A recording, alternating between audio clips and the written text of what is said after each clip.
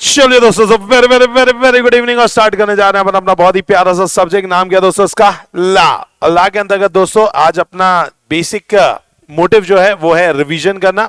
और रिवीजन अपन यहां पर कुछ चैप्टर्स का करने वाले हैं। सबसे पहले तो एक बड़ा सा चैप्टर है जिसका नाम क्या दोस्तों? General meeting. सेकेंड अपन चैप्टर उठाएंगे दोस्तों, डेट इज डिविडेंड।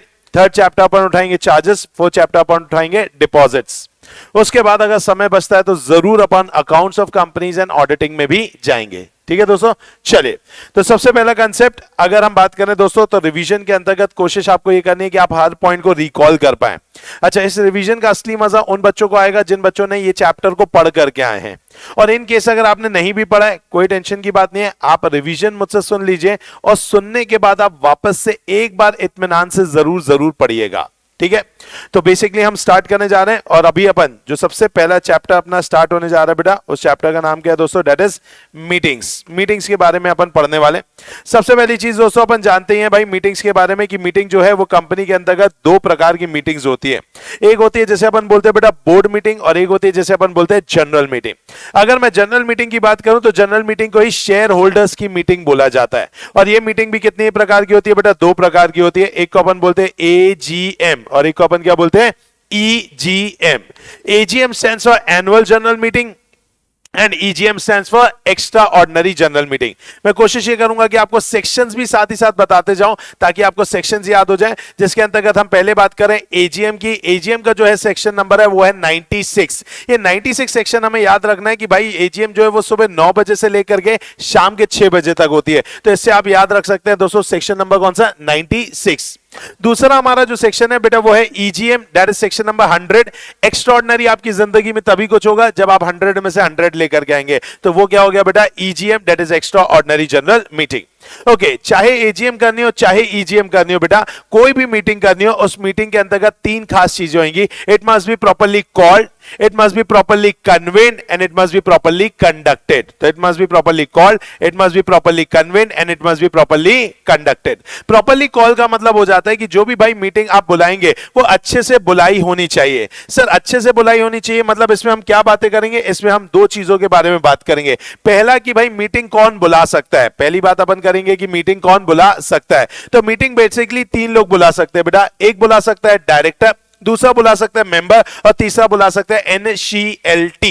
अगर मैं बात करूं डायरेक्टर की तो वो तो उनके पास पावर है। अच्छा, डायरेक्टर वर्ड बोलना भी गलत होगा। The answer must be board of director. कभी भी एक सिंगल डायरेक्टर मीटिंग को कॉल नहीं कर सकता। वापस से बेटा बहुत इंपॉर्टेंट पॉइंट, कभी भी सिंगल डायरेक्टर मीटिंग को कॉल नहीं कर सकता। हमेशा मीटिंग को कौन कॉल करेगा बेटा? Board of director. Board of director ये किसको बोलते हैं? कंपनी सेक्रेटरी को। कंपनी सेक्रेटरी क्या करता है दोस्तों? मीटिंग को कॉल करता है। ओके, तो भाई बोर्ड ऑफ डायरेक्टर्स मीटिंग को कॉल कर सकते हैं। दूसरा मीटिंग को कॉल कौन कर सकता है? मेंबर्स। मेंबर्स मीटिंग में जनरली कॉल करते हैं EGM को। किसको कॉल करते हैं बेटा? EGM को। तो जनरली अगर मैं मेंबर्स की बात करूं तो मेंबर्स कॉल करते हैं EGM को। और तीसरा हो जाता है हमारे NCLT। NCLT भी कॉल करता है बेटा। NCLT जब मीटिंग को कॉल करता है तो वो AGM को भी कॉल कर सकता है और वो EGM को भी कॉल कर सकता है। अगर वो AGM को कॉल करता है तो उसके लिए सेक्शन नंबर 97। कौन सा सेक्शन है बेटा? 97। और अगर वो EGM को कॉल करता है तो उसके लिए सेक्शन नंबर 98। कौन सा बेटा? Section number 98। तो याद रखेंगे, मैंने पहला सेक्शन बताया AGM का 96, दूसरा बता दिया सेक्शन 97 जो कि है NCLT कॉल करता है किसको?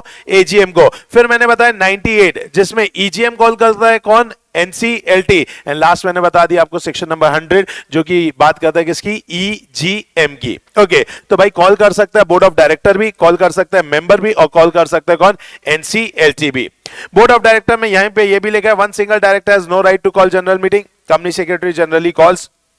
In case of EGM, generally member got the right to call the meeting. अच्छा, बोर्ड या फिर शेयर होल्डर अगर फेल हो जाते हैं तो फिर कौन बुलाता है? NCLT मीटिंग को बुलाता है। ओके, अब मीटिंग में आते हैं अपन AGM में वापस से बेटा। AGM की अगर बात की जाए तो दो प्रकार की AGM होती है। एक होती है फर्स्ट AGM, एक होती है सब्सिक्वेंट AGM। फर्स्ट AGM की बात की जाए तो भाई वो होती है 9 month from the ending of the first financial year। वापस से बेटा 9 month from the ending of the first financial year। तो पहला फाइनेंशियल ईयर इनका जो खत्म होगा वो 31 मार्च को होगा। तो 31 मार्च में अगर मान के चलते 2022 है तो 31 मार्च 2022 को अगर इनका पहला फाइनेंशियल ईयर कंप्लीट हो रहा है तो इनकी मीटिंग हो जानी चाहिए कब बेटा? 31 दिसंबर 2022 के पहले। तो इनकी फर्स्ट एजीएम कब हो जाएगी? 31 दिसंबर 2022 के पहले। अच्छा, जिस साल ये कंपनी इनकॉर्पोरेट होती है उस साल अगर एजीएम ना भी हो तो भी चलेगा। जैसे कि कंपनी पैदा हुई है 2 फरवरी 2022 को, कंपनी का पैदा हुई है बोलो 2 फरवरी 2022 को, तो इनका अगर देखा जाए तो भाई इनका तो अभी अगले महीने ही क्या खत्म हो जाएगा, फर्स्ट फाइनेंशियल ईयर, क्योंकि 31 मार्च आ जाएगा। लेकिन यहां पर बोला गया भैया नहीं, आपको मानने की जरूरत नहीं है, जिस साल कंपनी इनकॉर्पोरेट हुई है उस साल अगर एजीएम ना भी करे तो भी चलेगा।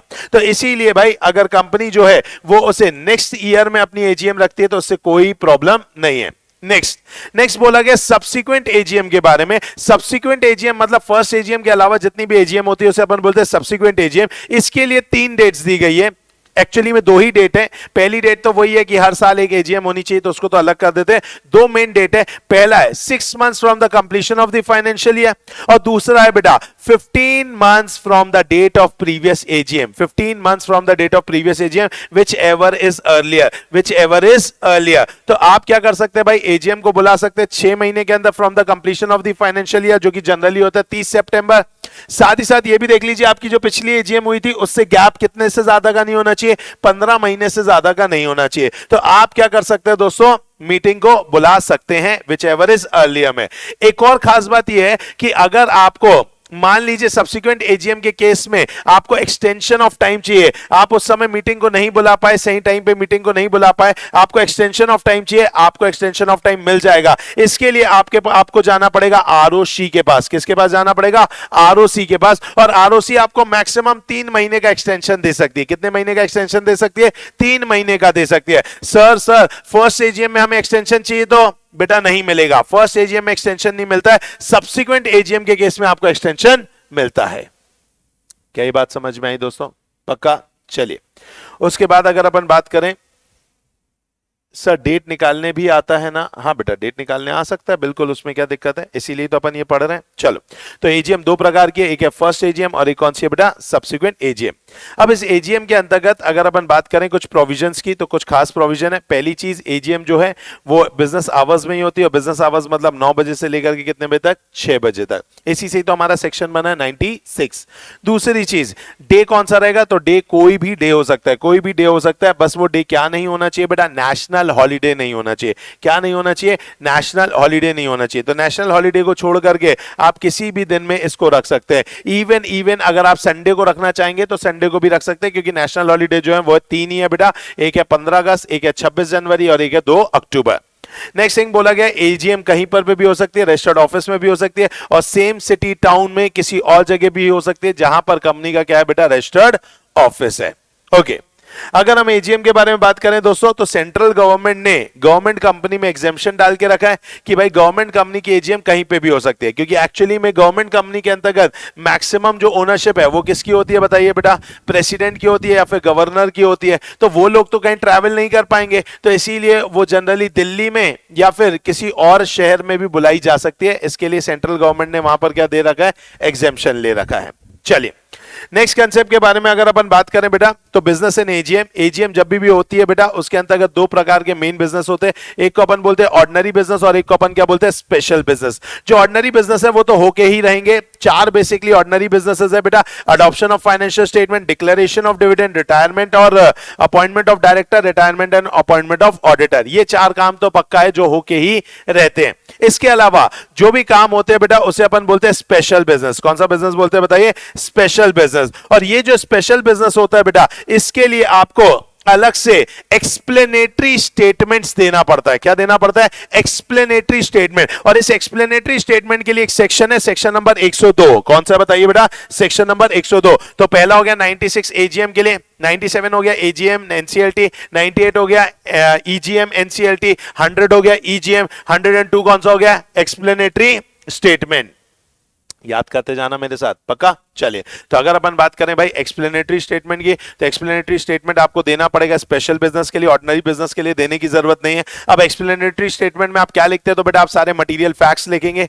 अगर मान लीजिए कोई भी डायरेक्टर है, मैनेजर है, केएमपी है, उनका रिलेटिव है, अगर कोई उनका इंटरेस्ट है उस पर्टिकुलर काम में, तो वो आपको बताना पड़ेगा। कोई ऐसी इंफॉर्मेशन जो कि मेंबर को मीनिंग या स्कोप ऑफ बिजनेस बता पाए, वो भी आपको बताना पड़ेगा। अगर मान लीजिए वो कोई ऐसा कोई बात है जो कि रिलेट करता है, अफेक्ट करता है एनी अदर कंपनी को, उसकी शेयर होल्डिंग को, 2% और more of the paid up share capital of other company, अगर ऐसा कुछ है जहां पर डायरेक्टर्स का होल्डिंग है 2% से ज्यादा, तो आपको उस कॉन्ट्रैक्ट के बारे में बताना पड़ेगा। साथ ही साथ डॉक्यूमेंट्स कहां रखें, अगर डॉक्यूमेंट को इंस्पेक्ट करना है तो ये बातें भी आपको क्या करनी पड़ती है दोस्तों, वहां पर बतानी पड़ती है। तो ये सारी बातें आपको एक्सप्लेनेटरी स्टेटमेंट में देना पड़ेगा। कहां पर देना पड़ता है बताइए दोस्तों, एक्सप्लेनेटरी स्टेटमेंट में। तो आप देख सकते हैं आपकी बुक में भी दिया हुआ है, material fact, nature of concern दिया हुआ है, अदर इंफॉर्मेशन, उसके बाद अगर स्पेशल बिजनेस अफेक्ट करती है कोई ऐसी कंपनी के बारे में जिसमें प्रमोटर डायरेक्टर मैनेजर का कितना परसेंट होल्डिंग है, 2% या उससे ज्यादा, और अगर मान लीजिए जो भी डॉक्यूमेंट वगैरह है वो कहां पर इंस्पेक्ट हो सकते हैं, कहां पर रखें, ये भी आप एक्सप्लेनेटरी स्टेटमेंट में बताएंगे। अगर आपने कोई भी बात को छुपाया बेटा, एक्सप्लेनेटरी स्टेटमेंट में नहीं बताया, मतलब पक्की बात है आपको इससे क्या होगा बेटा, फायदा होगा, तो वो फायदा जो है वो आपसे ले लिया जाएगा। तो कोई भी बेनिफिट होगा जो प्रमोटर डायरेक्टर मैनेजर को हुआ है क्योंकि उन्होंने ये बात को नहीं बताया, तो उन्हें कंपनी को कंपनसेट करना पड़ेगा to the extent of benefit derived. चलिए नेक्स्ट आते हैं सेक्शन नंबर 101 पे बेटा। 101 रुपए बेटा शगुन का होता है और वो लिफाफे में डाल करके दिया जाता है। तो लिफाफे में डाल करके दिया जा रहा है मतलब इससे याद आ जाना चाहिए नोटिस, एनवेलप से याद आ जाना चाहिए क्या बेटा, नोटिस। तो सेक्शन 101 जो है वो किसका है, नोटिस ऑफ द मीटिंग का है। नोटिस ऑफ द मीटिंग के लिए बहुत ही सिंपल सा कंसेप्ट है कि भैया आप नोटिस जो है वो इलेक्ट्रॉनिक वे में भी भेज सकते हैं और पोस्टल सर्विसेज से भी भेज सकते हैं। अगर आप पोस्टल सर्विसेज से नोटिस भेजते हैं तो आपको एटलीस्ट 21 डेज का क्लियर डेज का गैप रखना पड़ेगा। कितने दिन का, 21 क्लियर डेज का गैप रखना पड़ेगा। इसके अंतर्गत डेट ऑफ एजीएम को काउंट नहीं किया जाएगा, डेट ऑफ पर्टिकुलरली जिस दिन आपने नोटिस को भेजा है उसे काउंट नहीं किया जाएगा, और जो पोस्ट है वो पोस्टल सर्विसेज के लिए 48 आवर्स काउंट किया जाता है। मतलब कुल मिलाकर के अगर अपन बात करें तो एक दिन जाएगा पोस्टिंग का, एक दिन जाएगा मीटिंग का, 48 घंटे जाएंगे ट्रांजिट के, प्लस कितना होगा 21 दिन। इस तरीके से कैलकुलेट करेंगे तो आपका नोटिस ऑफ मीटिंग निकलेगा। तो अगर अपन बात करें तो नोटिस ऑफ मीटिंग के लिए ऐसा नहीं कि नॉर्मली बस आपने 21 दिन कैलकुलेट कर लिया, नो, डेट ऑफ मीटिंग को छोड़ना पड़ेगा, डेट ऑफ पोस्टिंग को छोड़ना होगा, प्लस 48 घंटे को छोड़ना होगा, और बीच का एकदम शुद्ध आपको क्या देना पड़ेगा बेटा, 21 दिन का नोटिस देना पड़ेगा। सर अगर हमने 21 दिन का नोटिस नहीं दे पाए तो फिर क्या हो सकता है बेटा, अगर 21 दिन का आप नोटिस नहीं देंगे तो वहां पर जो भी मीटिंग होगी और उस मीटिंग के अंदर जो भी रेजोल्यूशन पास होंगे वो रेजोल्यूशन वैलिड नहीं माने जाएंगे, वो वॉइड माने जाएंगे। क्या माने जाएंगे बेटा, वॉइड माने जाएंगे। सर अगर मान लीजिए हमने यहां से नोटिस भेजा लेकिन भाई वो पोस्टल सर्विसेज से गुम गया इसलिए वो पहुंच नहीं पाया, तो सर क्या इसमें हमारी गलती है, क्या इसमें कंपनी लाइबल होगी? The answer is no. अगर एक्सीडेंटल ओमिशन हुआ है तो इसमें कंपनी लाइबल नहीं होगी। सर अगर मान लीजिए हमने किसी इंसान को, किसी व्यक्ति को अगर 21 दिन से कम दिन का नोटिस दिया है और वो व्यक्ति को ऐसी कोई इंजरी नहीं हो रही है, उसका कोई नुकसान नहीं हुआ है, और फिर भी वो नाटक कर रहा है, बोलता है कंपनी की इस मीटिंग को इनवैलिड किया जाए, उसकी प्रोसीडिंग्स को इनवैलिड किया जाए, तो क्या इनवैलिड किया जा सकता है? The answer is no. It's just like मेरी मीटिंग मुंबई में है, इंसान भी मुंबई में ही रहता है और मैंने उसको 21 दिन के बदले 19 दिन के गैप में नोटिस दिया है, तो भाई वो तो मुंबई में ही रहता है ना यार, उसमें तो वो मीटिंग अटेंड करने आ सकता है। तो खामा का एक कपल ऑफ शेयर होल्डर्स जिनको कुछ हुआ नहीं है उन लोग खामा का इस मीटिंग को क्या नहीं कर सकते बेटा, इनवैलिडेट नहीं करा सकते। सर लेकिन हमें ना फटाफट मीटिंग करनी, 21 दिन का टाइम नहीं, हम तो चाहते 5-6 दिन के अंदर ही मीटिंग हो जाए, तो फिर हमें क्या करना होगा? तो आप बेटा शॉर्टर नोटिस भी दे सकते हैं, उसमें कोई दिक्कत की बात नहीं है। बट अगर एजीएम है तो उसके अंतर्गत आपको इतने लोगों से एसेंट लेनी पड़ेगी जिनके पास 95% ऑफ द शेयर होल्डर्स है। कितने लोगों से बेटा? 95% ऑफ द शेयर होल्डर्स से जिनके पास वोटिंग पावर है। मतलब ऐसे शेयर होल्डर जिनके पास वोटिंग पावर है, उतने लोगों में 95% लोगों ने अगर हां बोल दिया शॉर्टर पीरियड के लिए, लेस पीरियड के लिए, तो चलेगा। मैंने 95% ऑफ द होल्डिंग नहीं बोला है, प्लीज ध्यान से सुनो, मैंने 95% ऑफ द क्या बोला है बताइए बेटा? होल्डर्स बोले, शेयर होल्डर्स बोले। मतलब यहां पर मैं शेयर होल्डिंग की इज्जत नहीं कर रहा, मैं इंसानों की इज्जत कर रहा हूं। किसकी इज्जत कर रहा हूं बोलेंगे बेटा? इंसानों की इज्जत कर रहा हूं। तो भैया 100 में से कितने लोग, 95 लोग अगर हां बोल देते हैं, भाई मुझे कोई दिक्कत नहीं है, मैं शॉर्टर नोटिस से भी क्या बुला सकता हूं? मीटिंग बुला सकता हूं। लेकिन अगर जो मीटिंग है बेटा वो मीटिंग कौन सी है? ईजीएम है, एक्स्ट्रा ऑर्डिनरी है, तो इसमें एक्स्ट्रा ऑर्डिनरी इज्जत दी जा रही है। अगर एक्स्ट्रा ऑर्डिनरी जनरल मीटिंग है तो अगर वो कंपनी ऐसी है जो कि शेयर कैपिटल वाली कंपनी है तो उसके अंतर्गत दो कंडीशन है। पहला मेजॉरिटी नंबर, दूसरा जिन लोगों ने यस बोला उनके पास कम से कम 95% ऑफ द वोटिंग पावर होनी चाहिए। मतलब मेजॉरिटी में मतलब 50% से ज्यादा लोग होने चाहिए, और दूसरी चीज बोल दी गई कि उन 50% लोगों के पास क्या होनी चाहिए, 95% ऑफ द वोटिंग पावर होनी चाहिए। अगर वो 50% लोग नहीं है या फिर उनके पास 95% ऑफ द वोटिंग पावर नहीं है तो भाई वहां पर वो ईजीएम को शॉर्टर नोटिस पे नहीं बुला सकते। मान लो भाई मैं हूं, प्रतीक सर है, मेगा मैम है, श्रुति मैम है, हम चारों के पास मिलाकर के 96% शेयर्स हैं और आप सभी लोगों के पास जो है दोस्तों वो क्या है, 4% शेयर्स हैं। ठीक है, हम लोग कंपनी में 100 लोग हैं, हम लोग कंपनी में 100 लोग हैं, हम चारों बोल रहे हैं कि भैया शॉर्ट टर्म नोटिस पे कंपनी की मीटिंग को बुला दो, हम चारों बोल रहे हैं शॉर्ट टर्म नोटिस पे कंपनी की मीटिंग को बुला दो, हम चारों के पास 96% शेयर्स है, हम चारों बोल रहे हैं शॉर्ट टर्म नोटिस पे कंपनी की ईजीएम को बुला दो। क्या बुलाया जा सकता है, बताइए, यस और no? Answer is no. Very good. क्यों नहीं बुलाया जा सकता भाई? 95% वाली चीज तो पूरी हो गई, बट मेजॉरिटी नंबर वाली बात पूरी नहीं हुई ना बेटा। अपन लोग 100 लोग हैं तो 100 लोगों में से कम 51 लोग चाहिए थे, तो हम लोग 4 ने तो बोल दिया, लेकिन 47 और लोग आ जाते और वो 47 लोग भी हमारे साथ जुड़ जाते और फिर वो सब मिलकर के बोलते हाँ भाई चलेगा, तो फिर कोई दिक्कत नहीं होती। यस और नो? अच्छा, अगर मैं बात करूं, ध्यान से सुनो बेटा, अगर मैं बात करूं फॉर एग्जाम्पल हम लोग 100 लोग हैं और अगर हम 4 लोग बोलते हैं एजीएम को शॉर्ट टर्म नोटिस पे बुलाओ, हम 4 लोग बेटा, हमारे पास 95% से ज्यादा है, मैं जानना चाहूंगा, चैट बॉक्स पे लिख के बताएंगे कि हम 4 लोग बोल रहे हैं कि शॉर्ट टर्म नोटिस पे मीटिंग को बुलाओ, एजीएम को बुलाओ, क्या बुलाया जा सकता है? जल्दी बताएंगे, जल्दी बताएंगे, यस नो, यस नो, जल्दी लिखते जाओ। ओके, मिक्स्ड आंसर आ रहा है बेटा, कोई बोल रहा है यस, कोई बोल रहा है नो, कोई बोल रहा है यस, कोई बोल रहा है नो। बेटा जिन्होंने नो बोला है उनका आंसर सही है, जिन्होंने यस बोला है उनका आंसर गलत है। हम लोग मीटिंग नहीं बुला सकते। सर क्यों? क्योंकि एजीएम में पढ़ो बेटा क्या लिखा है, एजीएम में बोला गया है 95% of share holder, 95% of share holder. भाई 100 लोग हैं, हम लोग तो 4 ही है ना, भले ही 95% से ज्यादा शेयर होल्डिंग है, मैं यहां नंबर की बात कर रहा हूं। 100 लोग में से 95 लोग, 100 लोग में से 95 लोग जब हां बोलेंगे तो बात बनेगी ना बेटा। हम 4 भले ही कितने भी खड़े होकर के चीखेंगे एजीएम हम शॉर्टर नोटिस पे नहीं बुला सकते। समझ में आया?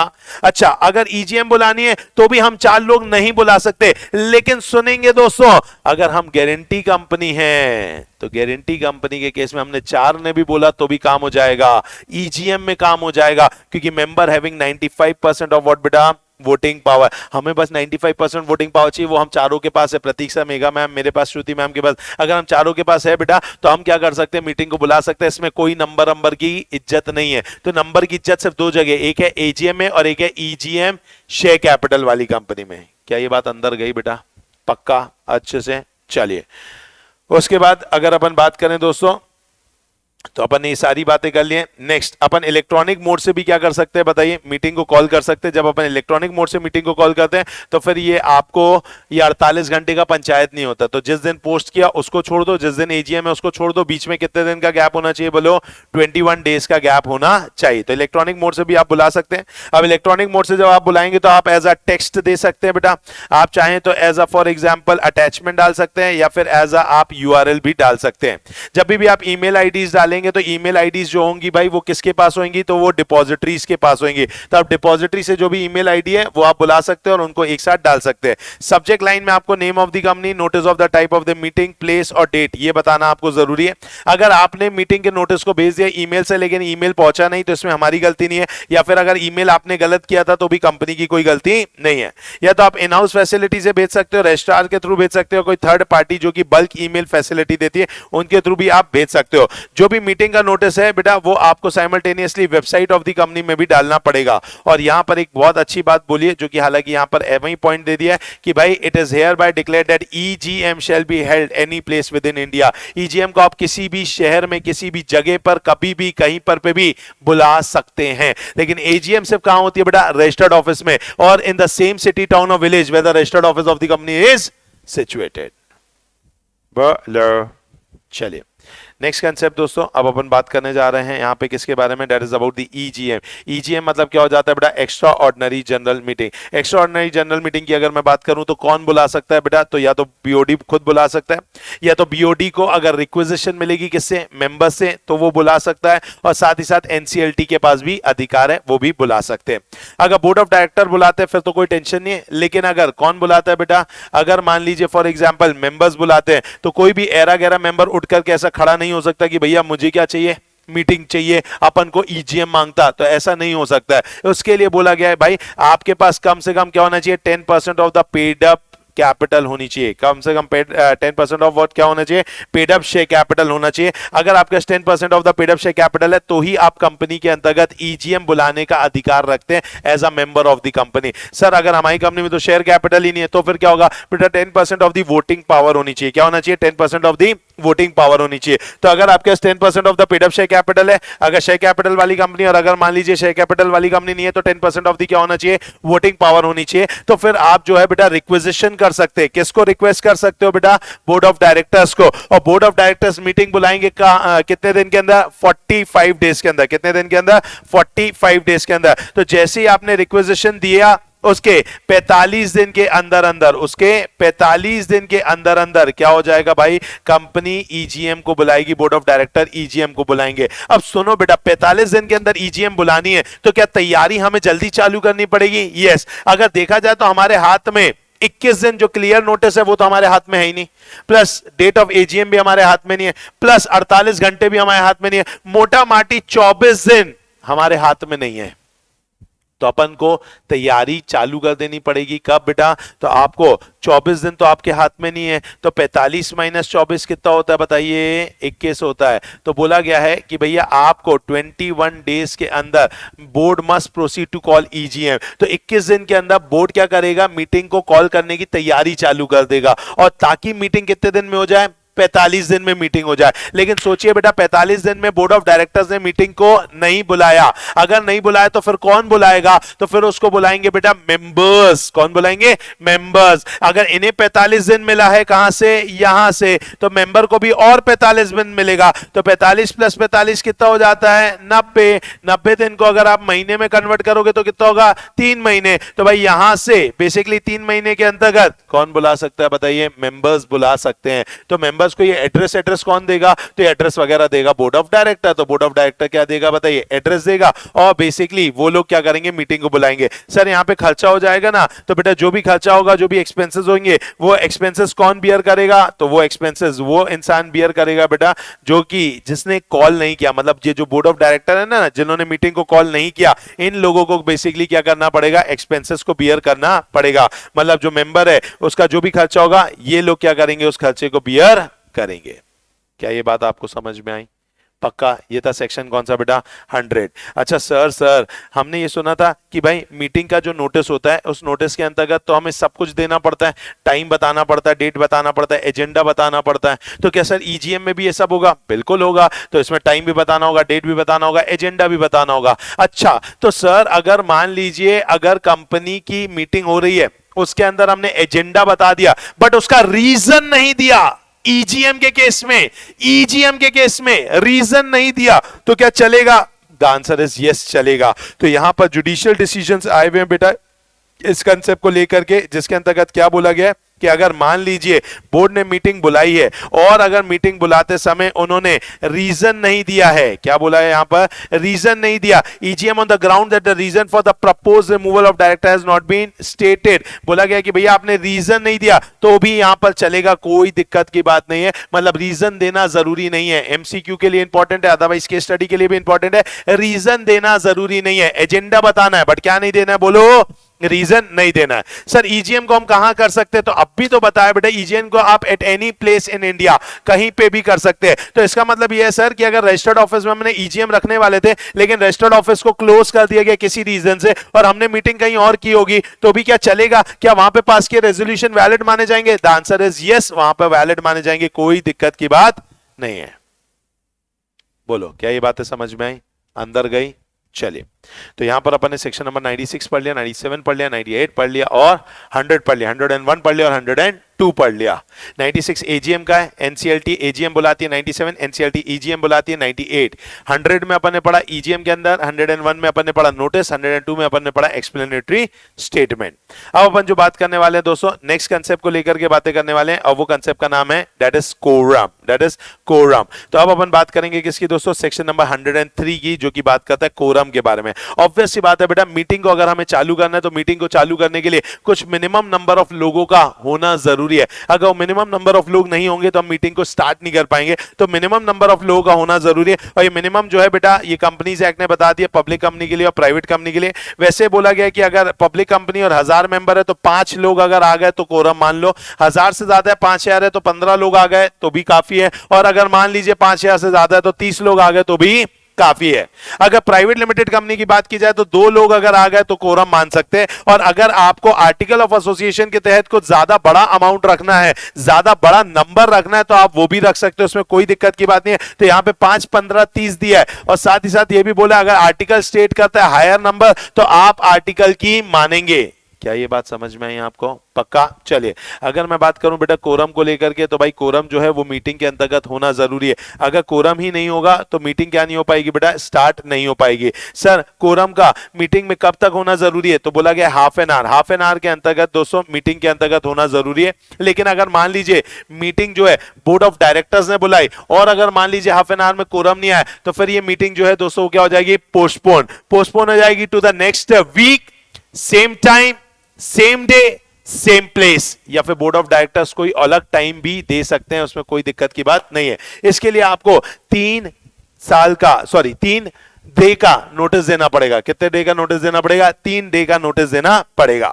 अगर मान लीजिए सर ये जो ईजीएम बुलाई थी हमने, और ये ईजीएम तो भाई मेंबर भी बुला सकते हैं। सर मेंबर ने अगर मीटिंग बुलाई होगी तो क्या होगा बेटा? अगर मेंबर ने मीटिंग बुलाई और कोरम नहीं आया तो इससे ज्यादा बेशर्मी की बात कोई नहीं है, ये मीटिंग जो है डिसॉल्व हो जाएगी। ये मीटिंग क्या हो जाएगी दोस्तों?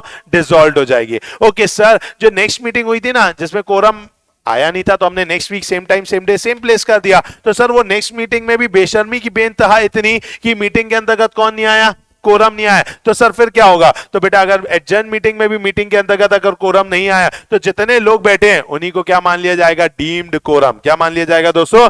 Deemed quorum. क्या ये बात समझ में आ गई? पक्का? ओके, नेक्स्ट कंसेप्ट जो है बेटा वो नेक्स्ट कंसेप्ट है regarding the chairman of the meeting, section number 104। अगर सेक्शन नंबर 104 की अगर मैं बात करूं बेटा तो जो मीटिंग होता है मीटिंग का चेयरमैन इलेक्ट करना जरूरी होता है। ठीक है, तो आज अगर मीटिंग होने वाली है तो उसका क्या होना चाहिए बताइए? चेयरमैन इलेक्ट होना चाहिए। अब चेयरमैन जो है भाई वो इलेक्ट होगा। अब चेयरमैन जो है वो इलेक्ट होता है तो वो कैसे इलेक्ट होता है? तो बेसिकली वो वोटिंग करके इलेक्ट होता है। वोटिंग 2 प्रकार की होती है, एक होती है voting by show of hands और एक होती है voting by poll. Voting by show of hands के थ्रू पहले इलेक्ट किया जाएगा, लेकिन अगर मान लीजिए कुछ लोगों ने क्या किया बेटा? अपील किया, रिक्वेस्ट किया, किसके लिए? वोटिंग बाय पोल के लिए। तो फिर उसके अंतर्गत जो voting by show of hands में बनाया गया है वो क्या कंडक्ट कराएगा? पोल कंडक्ट कराएगा। और पोल कंडक्ट कराने के बाद अगर जो भी इंसान जीतेगा फाइनली वही क्या बनेगा दोस्तों? चेयरमैन ऑफ द मीटिंग बनेगा। सर अगर मान लीजिए वो इंसान जो कि बाय शो ऑफ हैंड्स में चेयरमैन बना और बाय पोल में अगर दूसरा चेयरमैन बन गया तो बेटा वो दूसरे वाले की इज्जत होगी। सर अगर वही बन गया तो बेटा कॉमन सेंस है, उसी की इज्जत होगी, वही क्या रहेगा बताइए? चेयरमैन रहेगा। ओके, अगर अपन बात करें दोस्तों इसके बाद नेक्स्ट कंसेप्ट आ जाता है सेक्शन नंबर 105। 105 जो है वो किसके बारे में बात करता है? प्रॉक्सीज के बारे में। ऑब्वियस सी बात है दोस्तों, अगर आज मैं कंपनी की बात करूं तो कंपनी की मीटिंग होती है, कंपनी की मीटिंग में हर कोई जाता नहीं है। तो कई केसेस के अंतर्गत हम क्या कर सकते हैं? अगर हमें मीटिंग में नहीं जाना तो हम अपने बदले किसको भेज सकते हैं बेटा? प्रॉक्सी को मीटिंग में भेज सकते हैं। और प्रॉक्सी को मीटिंग में भेजने का बिल्कुल प्रावधान है, कोई दिक्कत की बात नहीं है। Even a non member of the company can also become a proxy. जो मेरे बदले में जाएगा और कंपनी के अंतर्गत वहां पर जब मीटिंग हो रही होगी, मीटिंग के अंतर्गत क्या हो रहा होगा? वोटिंग हो रही होगी, तो वोटिंग में वहां पे बकायदा पार्टिसिपेट करेगा। लेकिन ये जो प्रॉक्सी होता है बेटा ये अपनों के बीच में अनजान होता है, इसीलिए इसको कुछ राइट्स नहीं दिए गए। पहला राइट है राइट टू स्पीक। बेटा जैसे ही मुंह खोलेगा दे फड़ाक मारेंगे बेटा। जैसे ही उसने हाथ उठाया बेटा कार्ड देने का, तो वो voting by show of hands नहीं कर सकता। दूसरा उसके पास राइट टू स्पीक भी नहीं है। और तीसरा इसको कोरम में भी काउंट नहीं किया जाता। किसमें भी काउंट नहीं किया जाता दोस्तों?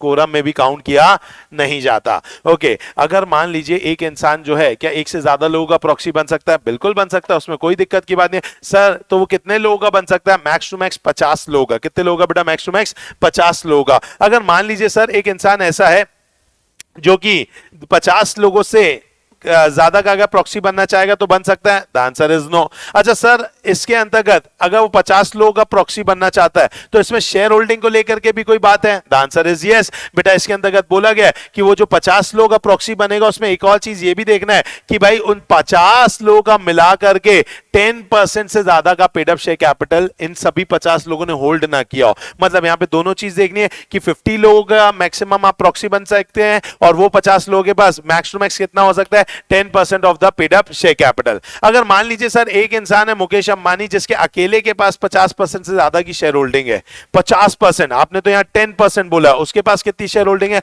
50%। अगर वो अचिन नाहटा को अपना प्रॉक्सी बनाना चाहता है तो क्या वो अकेला इंसान बना सकता है? द आंसर इज यस, वो मुझे प्रॉक्सी बना सकता है, लेकिन ये याद रखिएगा फिर मैं और किसी का प्रॉक्सी नहीं बन पाऊंगा क्योंकि मेरा 10% वाला कोटा वैसे ही खत्म हो गया है। तो इसीलिए मैक्स टू मैक्स मैं 50 लोगों का प्रॉक्सी बन सकता हूं, उसमें भी 10% से ज्यादा का क्या नहीं होना चाहिए? उनका paid up share capital hold किया नहीं होना चाहिए। अच्छा सर, अगर आप प्रॉक्सी बनना चाहते हैं तो प्रॉक्सी बनने के लिए क्या कंपनी को भी बताना पड़ेगा कि आप प्रॉक्सी आ रहे हैं? Answer is yes. तो कंपनी को हम बताते हैं 48 आवर्स पहले। कितने आवर्स पहले? 48 आवर्स पहले। सर अगर मान लीजिए कंपनी ने लिखा है कि नहीं भैया 48 घंटे नहीं 72 घंटे पहले बताना होगा, तो दोस्तों आपको 72 घंटे पहले नहीं बताना है। अगर आपने 48 घंटे पहले भी बताया तो भी चलेगा, क्योंकि अगर ऐसे केस में हम आर्टिकल की नहीं सुनते, हम सिर्फ लॉ की सुनते हैं। तो लॉ ने यहां पे स्पेसिफिकली बोल दिया आर्टिकल कुछ भी बोले, 48 घंटे के बदले कोई भी घंटे बोले, आपको समझना है 48 घंटा। तो 48 आवर्स से पहले पहले आपको बता देना है कंपनी को कि भाई आप क्या है, प्रॉक्सी अपॉइंट करने वाले हैं।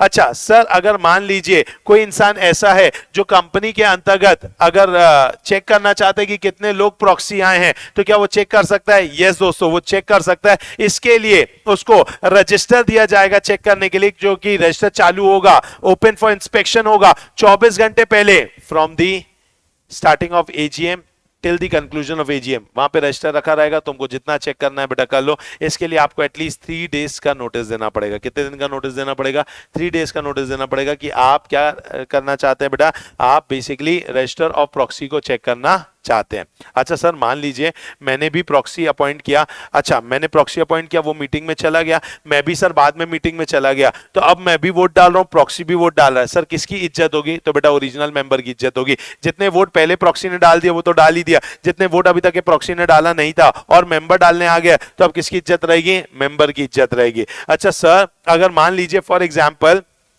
एक इंसान ने पहले एक मिस्टर एक्स को प्रॉक्सी बनाया और बाद में मिस्टर वाई को प्रॉक्सी बनाया, तो फिर कौन से प्रॉक्सी की इज्जत रहेगी, कि एक्स की वाई की? तो बेटा वाई की इज्जत रहेगी। जो लास्ट में प्रॉक्सी दिया गया उसी की इज्जत रहेगी। लेकिन आपको यह भी ध्यान रखना जरूरी है कि भाई वो जो प्रॉक्सी वाई का आया होगा वो 48 घंटे के पहले आ जाना चाहिए। अगर 48 घंटे के अंदर आपने वाई को प्रॉक्सी बनाया है तो बेसिकली वो प्रॉक्सी वैलिड नहीं माना जाएगा, फिर एक्स को ही हम क्या मानेंगे बताइए? वैलिड मानेंगे। समझ में आया शीम पॉल? चलिए दोस्तों, तो यहां पर अपन ने बातें कर ली सेक्शन नंबर किसकी बेटा? 105 के बारे में। दैट स्पीक्स अबाउट व्हाट दोस्तों? प्रॉक्सी। प्रॉक्सी से जैसे ही मिलता जुलता कंसेप्ट है सेक्शन नंबर 112 और 113। 112 और 113 जो है बेसिकली ये बात करते हैं किसकी, कि जब भी 112 बात करता है भाई किसकी? प्रेसिडेंट की। अगर मान लीजिए भाई प्रेसिडेंट किसी कंपनी का मेंबर है या गवर्नर ऑफ द स्टेट किसी कंपनी का मेंबर है, और वो कौन सी कंपनी होगी? गवर्नमेंट कंपनी होगी। तो जनरली अगर ये लोग किसी कंपनी के मेंबर है और अगर वहां पर एजीएम में, अब ऑब्वियस सी बात है प्रेसिडेंट खुद तो जाएगा नहीं, तो प्रेसिडेंट अपना रिप्रेजेंटेटिव भेजता है। प्रेसिडेंट क्या भेजता है बेटा? रिप्रेजेंटेटिव भेजता है। और वो रिप्रेजेंटेटिव के पास एकदम सेम पावर होती है एज अ मेंबर। मतलब वो खुद अपना एक प्रॉक्सी अपॉइंट कर सकता है, वो कोरम में बकायदा काउंट होता है, उसका राइट टू स्पीक भी होता है और वो काउंटेड इन द कोरम भी होता है। तो उसके पास पूरी इज्जत होती है as a member of the company. मतलब प्रेसिडेंट जो है वो अगर अपना रिप्रेजेंटेटिव सेक्शन 112 में भेजेगा तो उसको पूरी इज्जत मिलेगी किसके जैसे बेटा? मेंबर के जैसे। सेम कंसेप्ट आता है 113 के अंदर। अगर 113 की बात की जाए तो 113 के अंतर्गत बेसिकली कुछ कॉर्पोरेट हाउसेज हैं जो एक दूसरे कॉर्पोरेट हाउस के क्या होते हैं? मेंबर होते हैं। तो ऐसे केस में भी आपको बकायदा फुल ऑन इज्जत दी जाएगी बेटा। अब कॉर्पोरेट हाउस खुद तो जाएगा नहीं, तो वो किसको अपॉइंट करेगा? रिप्रेजेंटेटिव को अपॉइंट करेगा। और वो रिप्रेजेंटेटिव जो है वो कंपनी का बेसिकली एज अ मेंबर बन करके मीटिंग में जाता है। मतलब उसके पास सारे अधिकार होते हैं, वो वोट कर सकता है, राइट टू स्पीक भी है, उसके पास right to show of hands भी है, राइट टू पोल भी है, वो चाहे तो अपना प्रॉक्सी भी अपॉइंट कर सकता है। तो ये हो गया सेक्शन 112 और 113। अब बात करेंगे 114 की। सर सेक्शन 114 किसके बारे में बात करता है? बेटा वो रेजोल्यूशन के बारे में बात करता है। मुझे बताने की जरूरत नहीं है, दो रेजोल्यूशन होते हैं, एक होता है ओआर और एक कौन सा होता है? एसआर। व्हाट इज ओआर दोस्तों?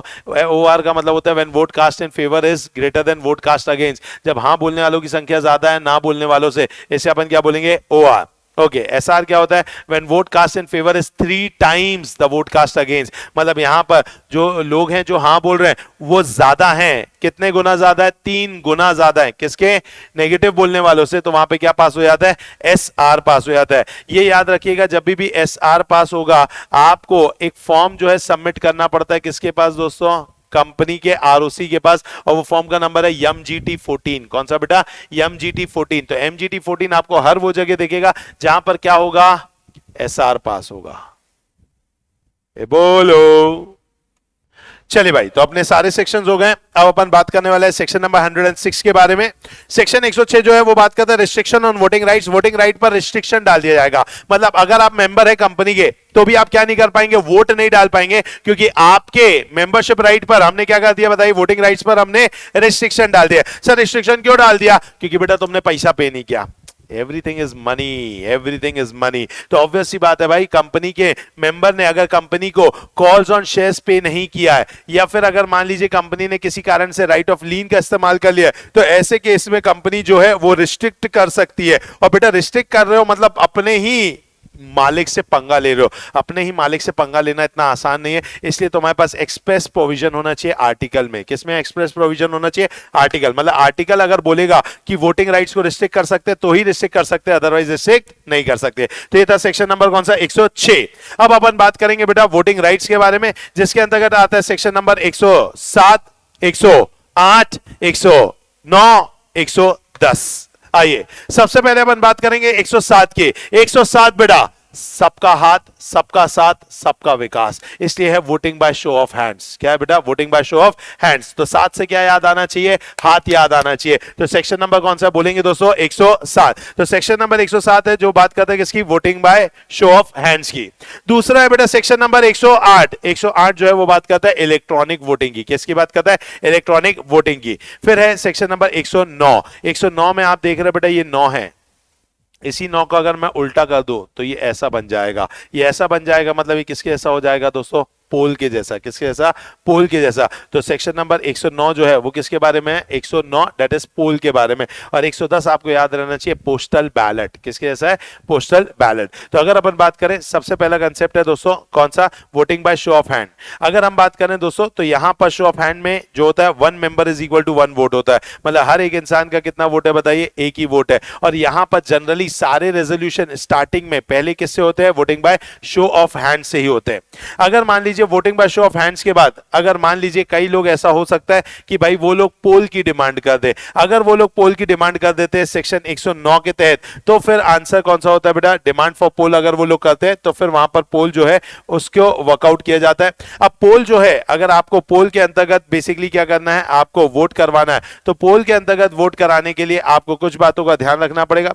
पहली चीज ये है दोस्तों कि अगर आप पोल के अंतर्गत वोट कराना चाहते हैं, पोल के तहत वोट कराना चाहते हैं, तो पहली चीज हर कोई इंसान पोल के लिए डिमांड नहीं कर सकता। इसके लिए आपके पास औकात होनी चाहिए, और औकात के लिए बोला गया भाई कम से कम मेंबर के पास 1/10 of the total voting power होनी चाहिए, या कम से कम उसे पेड अप शेयर कैपिटल में 5 लाख रुपए लगाया हो। तो दो चीजों में से कुछ भी हो सकता है। अगर आपने पेड अप शेयर कैपिटल में 5 लाख रुपए लगाया, या फिर आपके पास 1/10 ऑफ द क्या है बताइए दोस्तों? Total voting power. और अगर कंपनी आपकी कौन सी है बताइए? गारंटी कंपनी है, तो 1/10 ऑफ अगर आपने वोटिंग पावर आपके पास होगी तो आप क्या कर सकते हैं? वोटिंग बाय पोल के लिए डिमांड कर सकते हैं। पोल के लिए आप डिमांड कर सकते हैं। पोल के लिए डिमांड जनरली मेंबर भी करते हैं, या फिर अगर चाहे तो जो चेयरमैन है वो स्यू मोटो भी पोल कंडक्ट करा सकता है।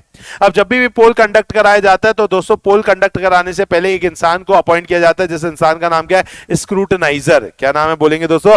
स्क्रूटनाइजर। तो स्क्रूटनाइजर को सबसे पहले क्या किया जाता है दोस्तों? अपॉइंट किया जाता है। और अपॉइंट करने के बाद स्क्रूटनाइजर जो है वो बेसिकली देखता है कि भाई जो कंपनी के अंदर जितने भी मेंबर्स वहां पे बैठे उन सभी को बैलेट पेपर्स बांटा जाता है। क्या बांटा जाता है बताइए दोस्तों?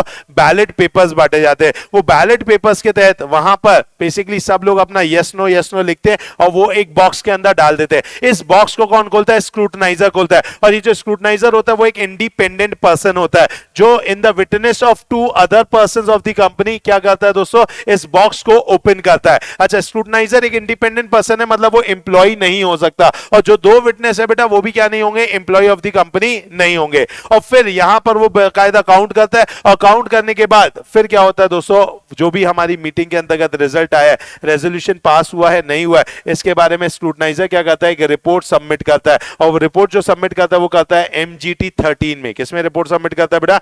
MGT 13 में। इस रिपोर्ट को साइन करता है स्क्रूटनाइजर। काउंटर साइन कौन करता है? Chairman of the meeting. ये दोनों इसे काउंट का मतलब साइन करते हैं और उसके बाद मीटिंग के अंतर्गत इसे क्या कर दिया जाता है? अनाउंस कर दिया जाता है। अगर मीटिंग को अपन ने ओवर कर दिया कि ठीक है भैया अनाउंसमेंट बाद में हो जाएगी क्योंकि आप कब तक बैठे रहोगे, 4-6 घंटे लग जाएंगे इसको तो काउंट करने में, तो भाई बाद में इसे वेबसाइट में डाल करके अनाउंस कर दिया जाता है। जो भी रेजोल्यूशन अपन ने अभी मीटिंग तो खत्म कर दी थी, तो मीटिंग खत्म हो गई तो भी जो रेजोल्यूशन पास हुआ है उसका जब रिजल्ट आता है तो ये माना जाता है कि भाई वो जो रेजोल्यूशन है वो कहां पर पास हुआ है? मीटिंग के अंदर पास हुआ है। कहां पे पास हुआ है बोलो दोस्तों? मीटिंग के अंदर पास हुआ है। क्या ये बात आपको समझ में आई? पक्का? ओके। कुछ चीजें आपको ध्यान रखनी होगी दोस्तों। पोल जब भी डिमांड किया जाता है और अगर पोल डिमांड किया जा रहा है किसके लिए? एडजर्नमेंट ऑफ द मीटिंग के लिए, तो उसको तुरंत के तुरंत ही उस पोल को लिया जाता है। तुरंत ही, उसके लिए वेस्ट नहीं किया जाता टाइम, तुरंत लिया जाता है। अगर इलेक्शन ऑफ चेयरमैन के लिए अगर बेटा काम चल रहा है और अगर उसके लिए पोल डिमांड किया जा रहा है तो उसके लिए भी तुरंत के तुरंत ही पोल को कंडक्ट किया जाता है। और अगर कोई अदर इशू है तो उस केस में दोस्तों 48 hours from the demand, 48 hours from the demand, with in 48 hours क्या किया जाएगा दोस्तों? पोल को कंडक्ट किया जाता है। तो आप देख पा रहे हैं दोस्तों यहां पर बहुत ही ज्यादा अलग अलग चीजें दी हुई है। पहली चीज दी हुई है किसके बारे में? कि भाई जो पोल है वो कंडक्ट किया जाता है किसमें, या अगर एडजर्नमेंट ऑफ द मीटिंग है तो वो कंडक्ट किया जाएगा किसमें? फोर्टविथ। और अगर मान लीजिए इलेक्शन ऑफ चेयरमैन है तो भी उसमें कब किया जाएगा? फोर्टविथ। और अगर अदर इश्यूज है तो उसे किया जाएगा कितने आवर्स के अंदर दोस्तों? 48 आवर्स के अंदर। जल्दी से इसका स्क्रीनशॉट ले लो बेटा।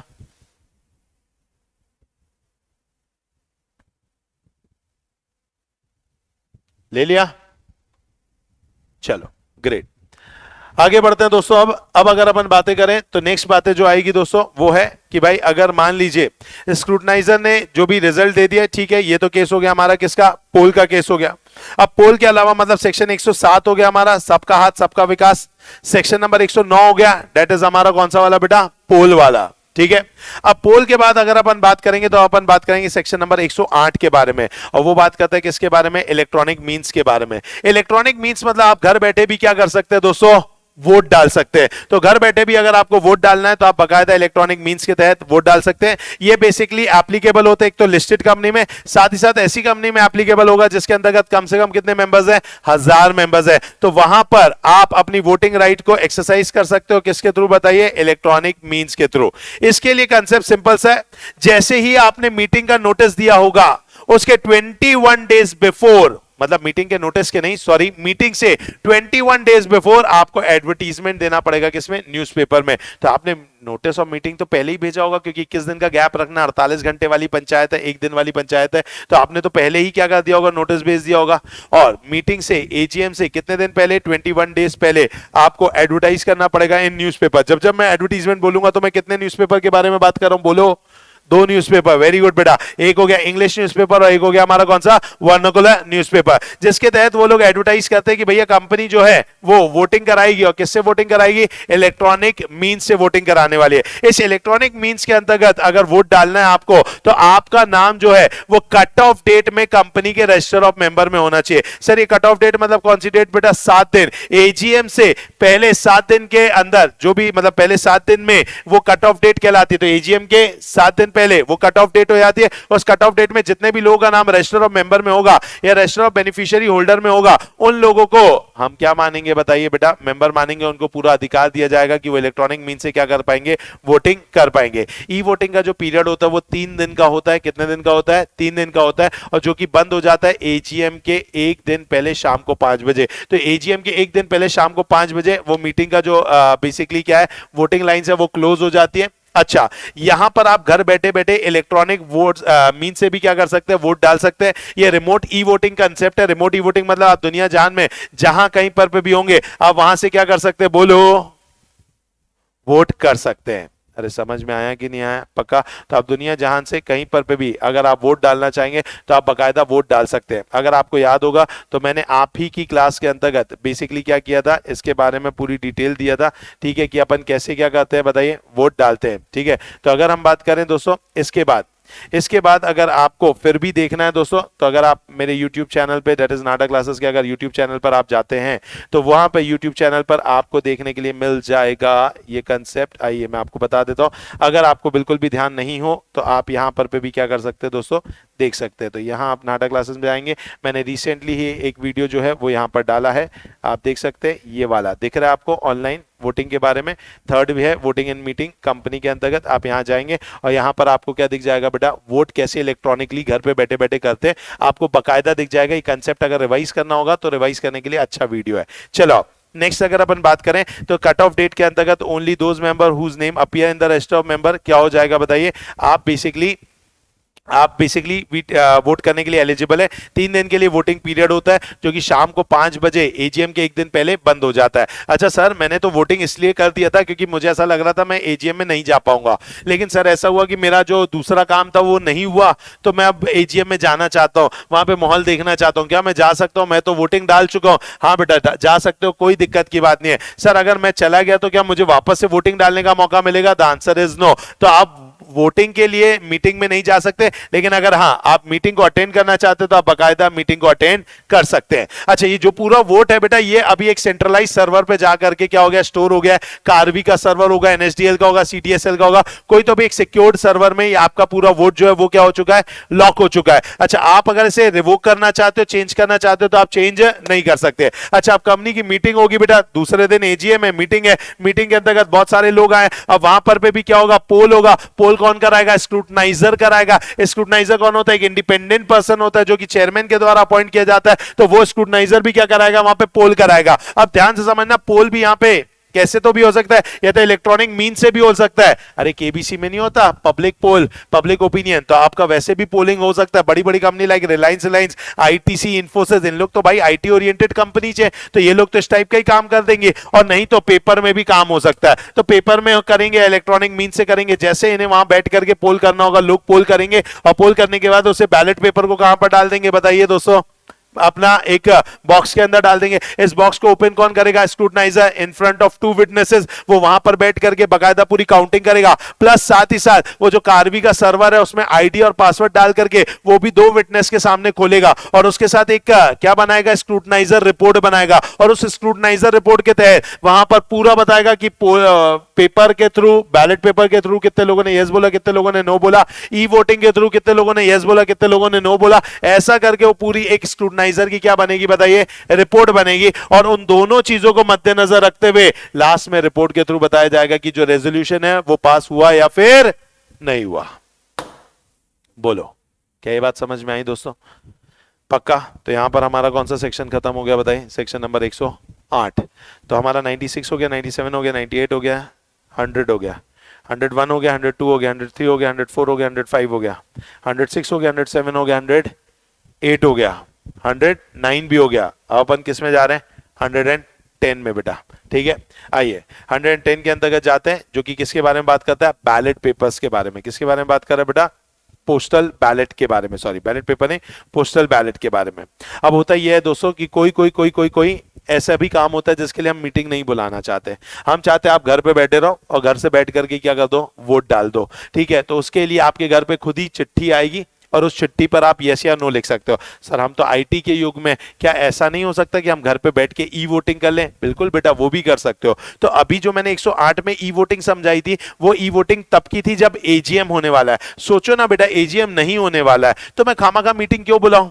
समझ में आया कि नहीं आया? सोचिए, मुझे आप लोग की कंपनी लॉ की क्लास एक रखनी है, ठीक है, कंपनी लॉ का एक रिवीजन रखना है, तो भाई मैं क्या करूंगा, मैं मैसेज में आपसे इतना ही पूछ लूंगा ना कि बताओ कंपनी लॉ की क्लास कब रखी जाए। घर पे बैठ करके ही आप बता सकते हो। अब उसके लिए मैंने सभी को फोन कराया कि नहीं भैया क्लास के अंदर आओ, एक मीटिंग होगी और उस मीटिंग के अंतर्गत हम बैठ करके डिसाइड करेंगे कंपनी लॉ का रिवीजन कब रखना है।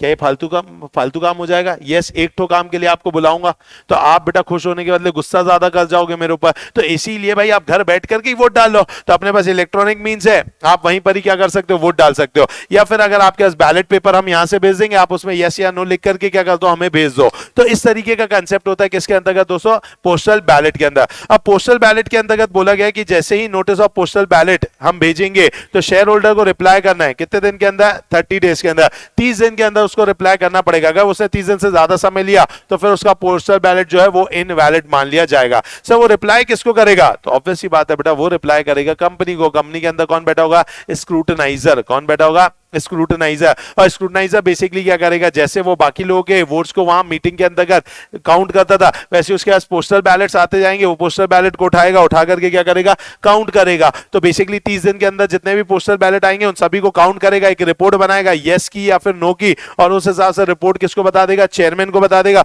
और चेयरमैन उसे क्या कर देगा कि भाई कोई मीटिंग वीटिंग तो है नहीं, उठा करके उसको साइन कर देगा और वेबसाइट पे डाल देंगे। जैसी वेबसाइट पे आया तो वो जो भी रेजोल्यूशन हमें पास करना था वो पोस्टल बैलेट के थ्रू पास हो गया, ये मान लिया जाएगा। समझ में आया? पोस्टल बैलेट के अंतर्गत 10 ऐसी चीजें हैं, 10 ऐसी बातें हैं जो कि पोस्टल बैलेट से ही होती है।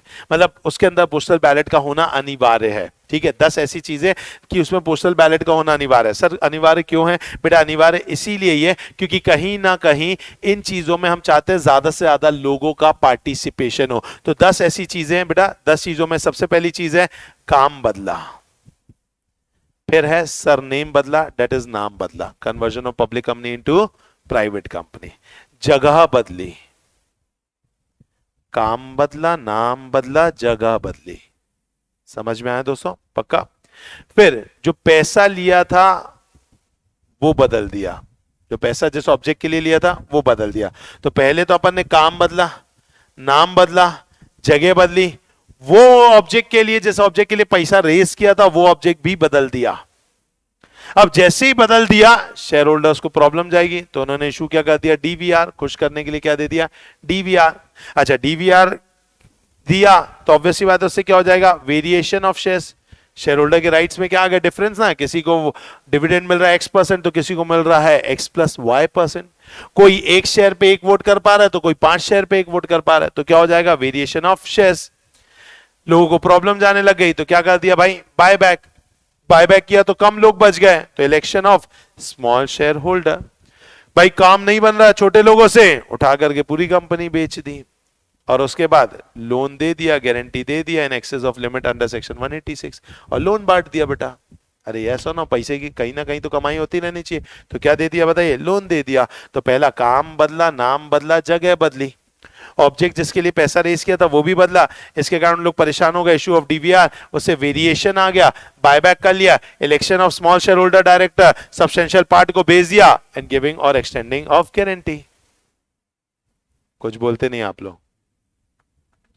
पक्का? चलिए दोस्तों, तो ये हो गया दोस्तों क्या? दैट इज पोस्टल बैलेट के बारे में। तो ये हो गया हमारा सेक्शन नंबर 110। अब अपन बात करेंगे सेक्शन नंबर 111 की। सेक्शन नंबर 111 बात करता है circulation of member resolution. Circulation of member resolution मतलब मेंबर ऑफ द कंपनी ये चाहता है कि भाई मैं एक रेजोल्यूशन एजीएम में डिस्कस कराना चाहता हूं, मेरे मन की इच्छा है कि एजीएम में ये वाली चीज के ऊपर क्या होना चाहिए? डिस्कशन होना चाहिए। तो ठीक है भाई, कोई दिक्कत की बात नहीं है, बोर्ड ऑफ डायरेक्टर्स को बता दो एजीएम आने ही वाली है और बोर्ड ऑफ डायरेक्टर को बता दो, वो जब मीटिंग का नोटिस भेजेंगे तो आपकी बात भी लिख करके भेज देंगे, उसमें कोई दिक्कत की बात नहीं है। इसके लिए आपको देना पड़ेगा कितने महीने पहले? पहले, 6 हफ्ते पहले, महीने नहीं, कितने हफ्ते पहले बेटा, 6 हफ्ते पहले आपको कहां से, बिफोर दी मीटिंग, मीटिंग से 6 हफ्ते पहले आपको क्या करना पड़ेगा, आपको भेजना पड़ेगा, किसको, किसको, आपको अपना एक पर्टिकुलरली रिक्वेजिशन भेजना पड़ेगा कि भैया मैं क्या करना चाहता हूं, एक रेजोल्यूशन पास करवाना चाहता हूं। तो 6 हफ्ते पहले आप भेज देंगे तो ऑब्वियस सी बात है फिर मीटिंग होगी और मीटिंग के अंतर्गत इसका डिस्कशन हो जाएगा। सर लेकिन ना ये एक और केस हुआ जिसमें एजीएम तो प्रपोज्ड हो चुकी है, मीटिंग का नोटिस निकल चुका है, मेरे पास मीटिंग का नोटिस आया, मैंने पढ़ा तो मुझे समझ में आया कि भाई इसमें कुछ तो भी गड़बड़ है, मीटिंग के नोटिस में कुछ तो भी गड़बड़ है, इन लोगों ने कुछ तो भी एकदम खेल खेल रहे, डबल मीनिंग बातें लिखी है बेटा, चोरो वो वाली मीनिंग की बातें नहीं, डबल मीनिंग मतलब एक ही वर्ड का डबल डबल मतलब निकलता है। जैसे जब तुम लॉ पढ़ते हो और अगर मैं नहीं समझाता हूं फिर मैं आपसे जब पूछता हूं तो हर बच्चे ने अपना अलग खुद का मीनिंग निकाला होता है, तो ऐसा फाड़ू लैंग्वेज में लॉ लिखा होता है, फिर मुझे आपको बताना पड़ता है कि बेटा तुम कहां नॉर्थ सोच रहे थे और कहां चीजें बेटा साउथ की चल रही थी। तो ऑब्वियस सी बात है वैसे यहां पर भी है कि भाई मीटिंग का नोटिस आ गया, मीटिंग का नोटिस आने के बाद मैंने पढ़ा तो मुझे लगा कुछ रेजोल्यूशन में लैंग्वेज ऐसी लिखी गई ना, इतनी ट्रिकी लिखी गई है ना कि कहीं ना कहीं डायरेक्टर अपनी मन की बात कराना चाहता है और मेंबर्स जो है बेटा वोट फेवर में कर देंगे और मेंबर लोगों को पता ही नहीं चलेगा कि वो अपने मौत का सामान खुद ही बांध रहे हैं। बेटा अरे आया कि नहीं आया, तो कहीं ना कहीं शेयर होल्डर्स को मुझे इस चीज के लिए रोकना है, तो मैं शेयर होल्डर को रोकना चाहता हूं, मतलब मैं कोई स्टेटमेंट्स ऐसे पब्लिश कराना चाहता हूं जो शेयर होल्डर के पास पहुंच जाए। अब शेयर होल्डर के पास मैं एक बार दे सकता था 6 हफ्ते पहले, लेकिन ऑब्वियस ही बात है मीटिंग का तो नोटिस ही आ चुका है, मीटिंग पक्की बात है अभी होगी, किस दिन पहले नोटिस आया होगा मेरे पास, तो मीटिंग तो अभी होगी, मैंने भी पढ़ा होगा, 4-5 दिन उसमें लगे होंगे। तो बोला गया ठीक है भाई अगर आपने स्टेटमेंट देना चाहते हैं तो आप मीटिंग चालू होने के 2 हफ्ते पहले डायरेक्टर्स के पास भिजवा दीजिए और डायरेक्टर्स उसे क्या करेंगे, सभी जगह बंटवा देंगे। तो कितने हफ्ते पहले, 2 हफ्ते पहले। तो यहां पे 2 केसेस है, पहला केस है अगर आप रेजोल्यूशन पास कराना चाहते हो तो 6 हफ्ते पहले, और अगर रेजोल्यूशन पास नहीं कराना है कोई स्टेटमेंट देना है तो कितने हफ्ते पहले बेटा, 2 हफ्ते पहले। समझ में आया आपको? अगर आपने कुछ गड़बड़ घोटाला किया कि फालतू में अपना नाम वाम बनाने के चक्कर में आपने क्या किया है, आपने बेसिकली मीटिंग के अंदर ये नहीं आप रेजोल्यूशन दे रहे हो या ऐसा कुछ कर रहे हो, जस्ट इसीलिए कर रहे हो क्योंकि आप अपना क्या करना चाहते हो बताइए, नाम आप करना चाहते हो, तो उस केस के अंतर्गत बोला गया कि भाई वो क्या है, वो बेसिकली सेक्शन 111 के तहत वो बोला जा रहा है कि भाई वो क्या है, वो गलत माना जाएगा, वो इनवैलिड माना जाएगा। क्या ये बात समझ में आई?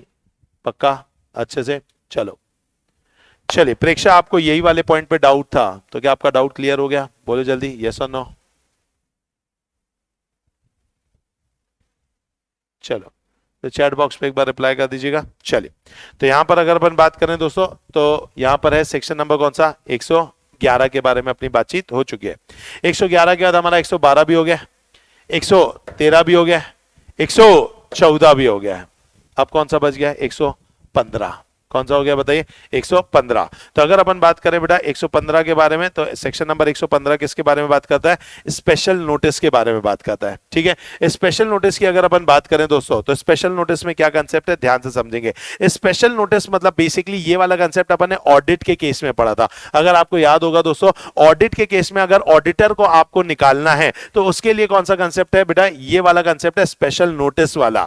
अब मान लीजिए कोई मेंबर जो कि होल्ड करता है लेस देन कितना, नॉट लेस देन कितना, 1%। 10% नहीं लिखा है, कितना लिखा है, 1%। हर जगह 10% देखने की आदत हो गई है, याद रखेंगे इसके अंदर कितना परसेंट है बताइए, 1% है। तो अगर मान लीजिए मेंबर जो कि होल्ड कर रहे हैं कितना, not less than 1% of the voting power, या फिर उसके ने इन्वेस्ट किया हुआ है कितना, 5 लाख रुपीस, तो भाई वो जो है वो एक स्पेशल नोटिस दे सकता है किसको, कंपनी को, कि भैया इस पर्टिकुलर ऑडिटर को निकालो या इस पर्टिकुलर डायरेक्टर को निकालो। तो या तो रिमूव दी ओल्ड ऑडिटर या अपॉइंट दी न्यू ऑडिटर, या सेम कंसेप्ट डायरेक्टर पे भी लगता है। तो वो एक स्पेशल नोटिस दे सकता है कंपनी को, कितने दिन पहले देगा, 14 दिन पहले। कितने दिन पहले, 14 दिन पहले, बिफोर दी एजीएम। ये किसको देगा, कंपनी को देगा। और जो कंपनी है फिर वो ऑडिटर को भेजेगी यही नोटिस कि भैया सुन, तुम्हारे मौत का फरमान आ चुका है, भाई तुम्हें निकालने की बातें चल रही है, तो आपको अगर अपनी बचाने के लिए, अपने आप को बोलने के लिए कुछ आखिरी समय पे बोलना चाहते हो तो आप बोल सकते हो। उसके लिए आप एक रिप्रेजेंटेशन लेटर दे सकते हो। अब रिप्रेजेंटेशन लेटर ऑडिटर किसको देगा, कंपनी को देगा, और कंपनी ये रिप्रेजेंटेशन लेटर स्पेशल नोटिस किसको दे देगी भाई, मेंबर्स को। कितने दिन पहले, 7 दिन पहले, बिफोर दी एजीएम। और फिर एजीएम होगी, ओआर पास किया जाएगा, ऑडिटर को हो सकता है रिमूव कर दिया जाए या हो सकता है रिमूव ना भी किया जाए। बोलो ये कंसेप्ट याद आ गया पक्का? So this was all about बेटा सेक्शन नंबर 115। तो सेक्शन नंबर यहां पर हमारा कंप्लीट हो गया कौन सा? 115। तो एक बार फटाक से सारे सेक्शंस को रिवाइज कर लेते हैं। सेक्शन नंबर 96 जो है वो बात करता है एजीएम के बारे में, 97 बात करता है एनसीएलटी के पास पावर है एजीएम बुलाने की, 98 बात करता है एनसीएलटी के पास पावर है ईजीएम बुलाने की, 99 एक्चुअली में बात करता है पनिशमेंट फॉर डिफॉल्ट की, 100 बात करता है दोस्तों ईजीएम के बारे में, 101 बात करता है नोटिस के बारे में, 102 बात करता है एक्सप्लेनेटरी स्टेटमेंट के बारे में, 103 बात करता है प्रॉक्सी के बारे में, 104 बात करता है चेयरमैन के बारे में, 105 बात करता है कोरम के बारे में, 106 बात करता है रिस्ट्रिक्शन ऑन वोटिंग राइट्स के बारे में, 107 बात करता है दोस्तों सबका साथ सबका हाथ सबका विकास voting by show of hands के बारे में, 108 जो है दोस्तों वो बात करता है वोटिंग थ्रू इलेक्ट्रॉनिक मींस के बारे में, 109 जो है दोस्तों वो बात करता है डिमांड फॉर पोल के बारे में, 110 जो है वो बात करता है पोस्टल बैलेट के बारे में, 111 जो है दोस्तों वो बात करता है सर्कुलेशन ऑफ मेंबर रेजोल्यूशन के बारे में, 112 जो है वो बात करता है representation of president and governor, 113 बात करता है रिप्रेजेंटेशन ऑफ कॉर्पोरेट हाउसेस, 114 जो है वो बात करता है ऑर्डिनरी रेजोल्यूशन और स्पेशल रेजोल्यूशन के बारे में, 115 जो है वो बात करता है किसके बारे में दोस्तों? स्पेशल नोटिस के बारे में। क्या ये बातें आपको समझ में आई पक्का अच्छे से? तो ये सारी बातें हो गई हमारी किसके रिगार्डिंग दोस्तों? दैट इज मीटिंग के अंदर की बात हो गई। ठीक है, अब अपन बात करेंगे किसके? मीटिंग के बाद की बारे में। भाई पोस्ट मीटिंग भी तो कुछ कंसेप्ट होते हैं, तो पोस्ट मीटिंग जो कंसेप्ट होते हैं वो होता है सेक्शन नंबर 116। सबसे पहले सेक्शन नंबर 116 बोलता है कि भाई अगर मान लीजिए फॉर एग्जांपल अगर कोई भी, अच्छा एक और ये 116 तो अलग बात कर रहा है, पहले 116 के बारे में भी बता दूं। Resolution passed at adjourn meeting, अगर कोई भी एडजर्न मीटिंग में कोई भी रेजोल्यूशन पास होता है तो उसका इफेक्टिव डेट क्या माना जाएगा? पुरानी मीटिंग माना जाएगा कि एडजर्न मीटिंग माना जाएगा? तो बोला गया एडजर्न मीटिंग। अगर कोई भी एडजर्न मीटिंग में रेजोल्यूशन पास हुआ है तो उसका date of passing the resolution यही वाली मीटिंग होगा, पुरानी मीटिंग नहीं होगा। समझ में आए? चलो फिर आते हैं किसमें दोस्तों? फिर आते हैं अपन सेक्शन नंबर 117 के अंतर्गत। सेक्शन नंबर 117 जो है वो बात करेगा किसके बारे में? That is about the resolution and agreement to be filed के बारे में। तो सेक्शन नंबर 117 जो है वो बोलता है भाई आपको कुछ रेजोल्यूशन आपको क्या करने पड़ेंगे? कुछ रेजोल्यूशन कुछ एग्रीमेंट आपको फाइल करने पड़ेंगे। और एक्चुअली में ये बात करता है किसकी? पता है? MGT 14 की। किसके बारे में बात करता है? MGT 14 की। 30 डेज ऑफ सच रेजोल्यूशन और सच एग्रीमेंट आपको क्या करना पड़ेगा? आपको MGT 14 फाइल करना पड़ता है। तो MGT 14 कितने दिन में फाइल होता है? 30 डेज। तो जहां जहां SR पास होगा उसके 30 दिन के अंदर अंदर आप क्या पास करेंगे? आप MGT 14 को भी फाइल करेंगे। अब MGT 14 कहां कहां फाइल होता है बेटा? SR के केस में। दूसरा ये वाला कंसेप्ट है जिसके अंतर्गत अपन ने बात किया था इंट्रेंचमेंट प्रोविजन के बारे में, कि कोई ऐसा रेजोल्यूशन जो कि SR से पास होता लेकिन वो SR के बदले अब स्ट्रिक्ट प्रोविजन से पास किया जा रहा है। या फिर अगर मान लीजिए कोई भी ऐसा रेजोल्यूशन है जो कि बात करता है रिगार्डिंग अपॉइंटमेंट या रिन्यूअल ऑफ व्हाट बेटा? MD के बारे में। या फिर अगर मान लीजिए ऐसा कोई तो भी रेजोल्यूशन है जिसके अंतर्गत जो बोर्ड ऑफ डायरेक्टर है वो बेसिकली सेल करना चाहते हैं, लीज करना चाहते हैं, डिस्पोज करना चाहते हैं होल और of the part of the undertaking, या फिर बोरो करना चाहते हैं मनी एक्सीडिंग व्हाट बेटा? Paid up share capital and free reserve. अगर मान लीजिए कंपनी जो है वो वॉलंटरी अपने आप को क्या करना चाहती है? वाउंड अप करना चाहती है। या फिर जो बोर्ड ऑफ डायरेक्टर्स हैं दोस्तों वो बेसिकली मान लीजिए क्या करना चाहते हैं? वो इन पर्सन्स ऑफ सेक्शन 179 सबसेक्शन 3 ऐसी कोई तो भी पावर्स जो बोर्ड ऑफ डायरेक्टर्स के पास ही है, अगर वो बेसिकली किसी और को देना चाहते हैं या एनी अदर रेजोल्यूशन, इनमें से बेसिकली कुछ भी होगा आपको क्या करना पड़ेगा? फाइल करना पड़ेगा। कहां पे? ROC के पास। अब इसमें हर पॉइंट आप याद नहीं रख पाओगे क्योंकि कुछ पॉइंट CA फाइनल से रिलेटेड है, तो आप अंडरलाइन कर लेंगे। फर्स्ट पॉइंट ये आपको याद रखना पड़ेगा। सेकेंड पॉइंट एंट्रेंचमेंट क्लॉज वाला है, ये आपको याद रहेगा। थर्ड पॉइंट MD के रिलेशन के बारे में, ये आप याद रख सकते हैं। जो उसके अलावा अगर अपन बात करें दोस्तों, जो फिफ्थ पॉइंट है वो आप याद रख सकते हैं क्योंकि वो बेसिकली बोरोइंग्स के ऊपर है और सेल के ऊपर है।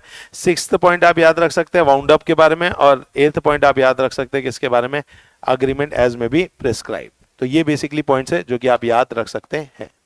ओके, मैंने पहले भी मार्क कराए थे। क्या बात है, मैं कितना इंटेलिजेंट हूं। आइए दोस्तों नेक्स्ट बारे में बात करते हैं दोस्तों। तो ये हो गया हमारा कौन सा? Section number 117। चलो सेक्शन नंबर 117 के बाद आएंगे अपन बहुत ही प्यारे से सेक्शन में जिसका नाम क्या है? सेक्शन नंबर 118, जो किसके बारे में बात करता है बेटा? मिनट्स के बारे में बात करता है। तो मिनट्स बेसिकली क्या हो जाता है भाई? कंपनी जो है उन्हें एक आंखों देखा हाल बनाना पड़ता है, जैसे अपन मिनट्स ऑफ द मीटिंग बना बोलते हैं। हर एक मीटिंग का मिनट्स बनता है, चाहे वो शेयर होल्डर की मीटिंग हो, चाहे वो क्रिएटर की मीटिंग हो, चाहे वो क्लास मीटिंग हो, हर मीटिंग का क्या बनेगा बताइए, मिनट्स बनता है। इनफैक्ट जो पोस्टल बैलेट होते हैं उनके भी क्या बनाए जाते हैं बताइए, मिनट्स बनते हैं। बोर्ड ऑफ डायरेक्टर की मीटिंग के भी मिनट्स बनते हैं और कमेटी के भी क्या बनते हैं दोस्तों, मिनट्स बनते हैं। अच्छा, अगर अपन मिनट्स की बात करें तो signing off the minutes, signing off the minutes की बात की जाए दोस्तों, तो उस केस में बोला गया है भाई कि अगर बोर्ड मिनट्स जो है उसे साइन करेगा चेयरमैन ऑफ द मीटिंग, और अगर जनरल मीटिंग के मिनट्स की बात की जाए तो उसको साइन करता है बेटा chairman of the meeting with in 30 days. लेकिन इस पर केस स्टडी आती है कि 30 दिन के अंदर अंदर अगर वो नहीं कर पाए क्योंकि वो इंडिया के बाहर चला गया, वो मर गया, वो इंसेन हो गया, तो फिर क्या होगा?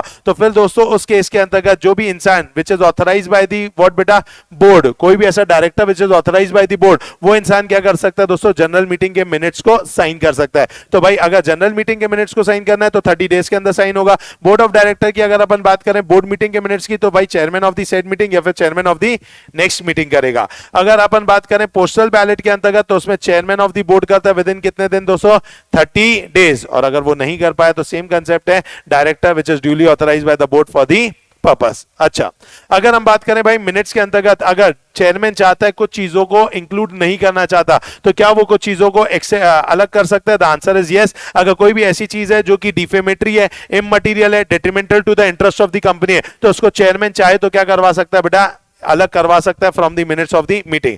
अगर मिनट्स बने हैं तो अपन ये मानेंगे कि मीटिंग हुई थी, कोरम आया था, मीटिंग में रेजोल्यूशन पास हुए और जितने भी रेजोल्यूशन पास हुए सबके सब क्या है, वैलिड है। मीटिंग ऑफ द मिनट्स को आपको, मीटिंग ऑफ द मिनट्स नहीं, minutes of the meeting, yes, minutes of the meeting को आपको क्या करना पड़ेगा दोस्तों, आपको प्रिजर्व करके रखना पड़ेगा। और आपको प्रिजर्व करके रखना पड़ेगा बेटा कंपनी के पास कितने साल के लिए बताइए?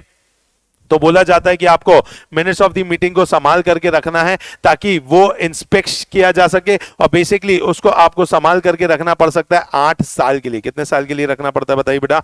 8 साल के लिए। तो 8 साल के लिए आप मिनट्स को क्या करेंगे दोस्तों, अपने पास रखेंगे, ठीक है। अगर अपन बात करें दोस्तों तो भाई मीटिंग ऑफ द मिनट्स, क्योंकि 8 साल नहीं, सॉरी, इसको तो आपको परमानेंटली संभाल करके रखना पड़ता है क्योंकि मिनट्स ऑफ द मीटिंग तो चलता ही रहता है। तो बोला गया the minutes of the meeting shall be kept at the register of it and shall be preserve what बेटा, परमानेंटली। तो इसे आपको परमानेंटली करना पड़ेगा, 8 साल के लिए नहीं करना पड़ता।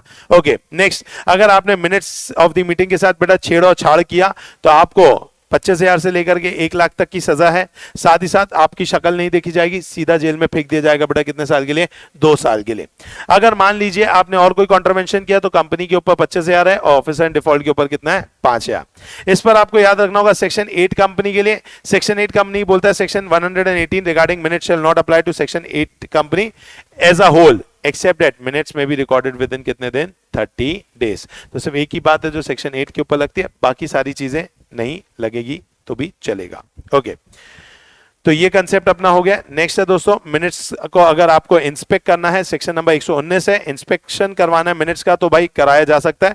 रजिस्टर्ड ऑफिस में रखा होगा, आप ड्यूरिंग बिजनेस आवर्स जा सकते हैं। 2 घंटे के लिए हर दिन मिनट्स के इंस्पेक्शन के लिए ऑफिस को खोला जाएगा। ओके, जो मेंबर है वो भी डिमांड कर सकता है। डिमांड अगर वो करता है तो उसको 7 दिन के अंदर मिनट्स मिल जाता है दोस्तों, और अगर वो ऐसे एक्सट्रैक्ट चाहिए होता है तो उसको 10 रुपए पर पेज पे करना पड़ता है। अगर आप रिफ्यूज करते हैं तो फिर कंपनी के ऊपर 25,000 की लगती है, ऑफिसर एंड डिफॉल्ट के ऊपर कितने की लगती है बेटा? 5,000 रुपए की लगती है। तो ये हो गया हमारा सेक्शन नंबर कौन सा? 119। उसके बाद सेक्शन नंबर 120 के बारे में बात करें तो वो बात करता है maintenance and inspection of document in which form बेटा? Electronic form. इलेक्ट्रॉनिक फॉर्म में आप डॉक्यूमेंट को रखना पड़ेगा। हर लिस्टेड कंपनी या फिर हर एक ऐसी कंपनी बेटा जिसके अंतर्गत 1000 शेयर होल्डर हैं, डिबेंचर होल्डर हैं, अदर सिक्योरिटी होल्डर हैं, तो उन्हें मेंटेन करना पड़ेगा रिकॉर्ड्स कौन से फॉर्मेट पे बेटा? इलेक्ट्रॉनिक फॉर्मेट पे। इलेक्ट्रॉनिक फॉर्मेट पे हर कंपनी रखेगी any document, record, register, minutes सभी को रखना पड़ेगा दोस्तों आपको इलेक्ट्रॉनिक फॉर्म में। इंस्पेक्ट भी किया जा सकता है इलेक्ट्रॉनिक फॉर्म में, और आगे किसी को देना है तो दे भी सकते हैं आप किसमें? इलेक्ट्रॉनिक फॉर्म में। कुछ बातों का आपको ख्याल रखना पड़ेगा, जिसके अंतर्गत पहली बात है दोस्तों कि भाई जब भी आप इलेक्ट्रॉनिक फॉर्म में रखेंगे तो सेम फॉर्मेट पे होना चाहिए, एडिक्वेटली रिकॉर्डेड होना चाहिए for future reference, capable of being readable, retrievable होना चाहिए। उसके अलावा अगर हम बात करें तो डेटेड एंड साइन होना चाहिए, कैसा? डिजिटली। एडिट किया ना जा सके, not capable of being edited. Next है दोस्तों केपेबल ऑफ बीइंग अपडेटेड, तो अपडेट कर सकते हैं लेकिन उसे क्या नहीं कर सकते? एडिट नहीं कर सकते। इसे संभाल के कौन रखेगा? एमडी, सीएस या फिर एनी अदर डायरेक्टर। उनकी ड्यूटीज है, बहुत सारी ड्यूटीज हैं, आप सिर्फ कुछ चुनिंदा ड्यूटीज को ही ध्यान रखेंगे, जैसे कि भाई उन्हें प्रोटेक्ट करना अगेंस्ट द अनऑथराइज्ड एक्सेस के ऊपर। साथ ही साथ अगर उन्हें इंश्योर करना है कि कोई भी लॉस ऑफ रिकॉर्ड ना हो।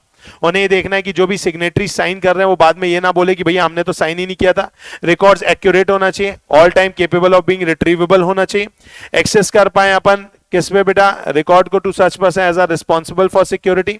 ओके, नेक्स्ट क्या है, इंडेक्स ऑफ रिकॉर्ड को आप बेसिकली अरेंज करके रखेंगे।